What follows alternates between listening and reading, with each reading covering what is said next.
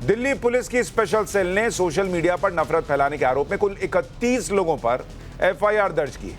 इन सभी पर धार्मिक टिप्पणी करके भावनाएं भड़काने का आरोप है।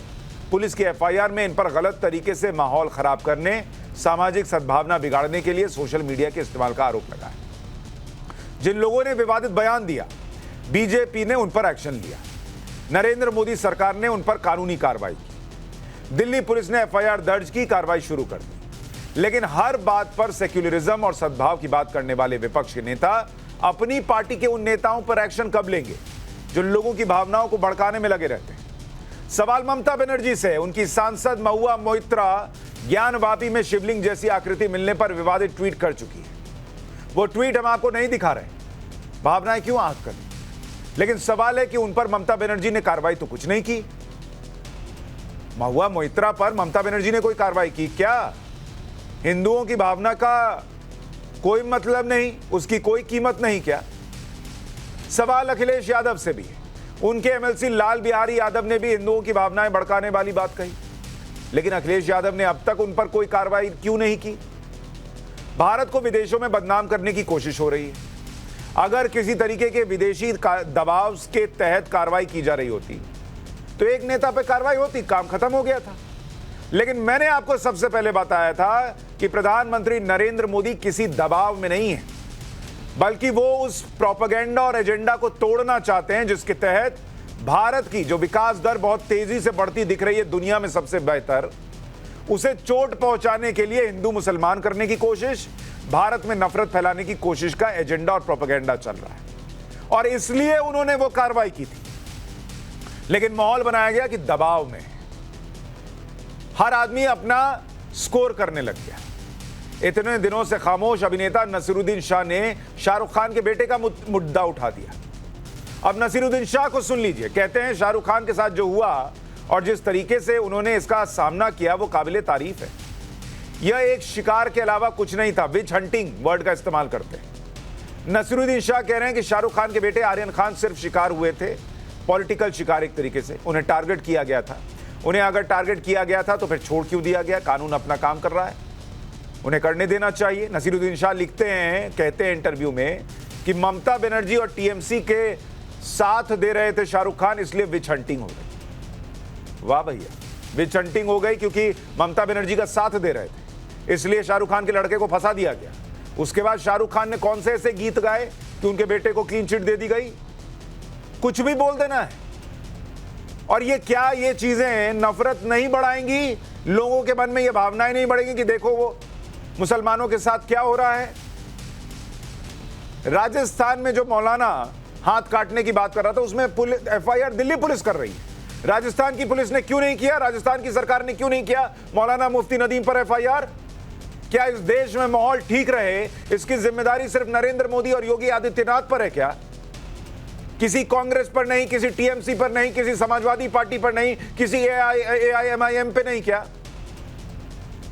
इसलिए राष्ट्रवाद में आज के सवाल, हेट स्पीच की दुकान पर हंटर चला, विक्टिम कार्ड किसने खेला? सवाल नंबर 2, वैसी मुफ्ती नदीम पर भी कड़ा एक्शन। 32 में और कौन कौन है? सवाल नंबर 3, हिंदू मुसलमान में मत उलझो, हिंदुस्तान का सबसे बड़ा इम्तिहान चल रहा है क्या? इस पर चर्चा करने के लिए हमारे साथ प्रोफेसर संगीत रागी, राजनीतिक विश्लेषक, जुड़ रहे हैं थोड़ी देर में। तहसीन पूनावाला, राजनीतिक विश्लेषक, जुड़ गए हमारे साथ। बहुत स्वागत आपका। मौलाना गुलाम सरवर हमारे साथ हैं, सामाजिक कार्यकर्ता। सरवर भाई, आपका भी स्वागत। और तौसीफ अहमद खान, वरिष्ठ वकील, हमारे साथ जुड़ गए हैं। आपका भी बहुत बहुत स्वागत है। सरवर भाई, अब मुझे ये बताइए, कहा गया अरब का दबाव, फलाने का दबाव, इसका दबाव, वो दबाव होता तो एक आदमी पे, एक नेता पे कार्रवाई करके और कट लेती थी पार्टी। यहां हर उस आदमी पे कार्रवाई हो रही है जिसने हेट स्पीच दी। तो एक आदमी तो दिख रहा है जो चाहता है कि देश में नफरत ना फैले, और वो नाम है नरेंद्र मोदी का। लेकिन हिंदुओं की भावनाओं को भड़काने वाले, उनका अपमान करने वाले लोगों पर ना एआईएमआईएम कार्रवाई करती है, ना टीएमसी करती है, ना सपा करती है, ना कांग्रेस करती है। तो फिर इस देश में शांति कौन चाहता है और नफरत कौन चाहता है?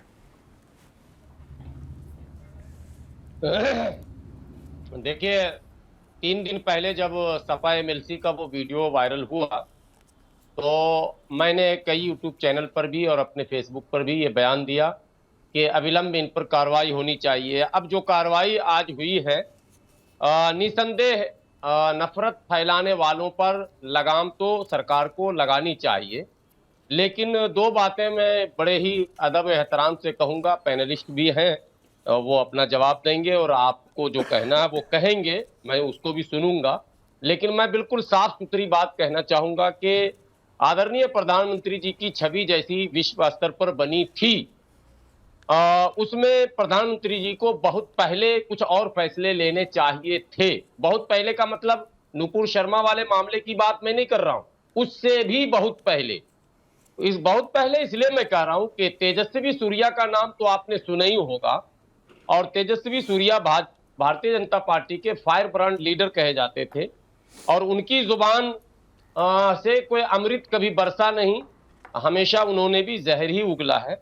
और हमारे जिला के आदरणीय सांसद हैं, केंद्र में मंत्री भी हैं, माननीय गिरिराज सिंह जी।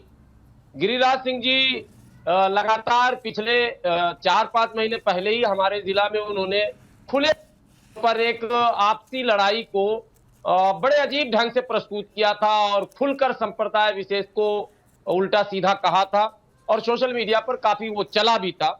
लेकिन बिहार सरकार हो या केंद्र सरकार हो, कोई संज्ञान इसका नहीं लिया गया था।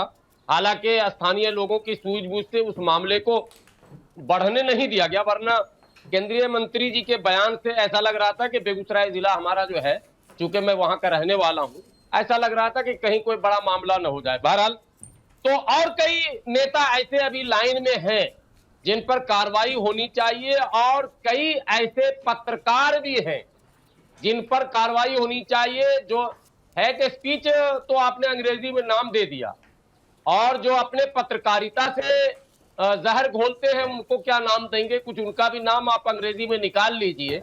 मैं समझता हूं नहीं, वो हेट स्पीच सब पर लागू हो जाती है।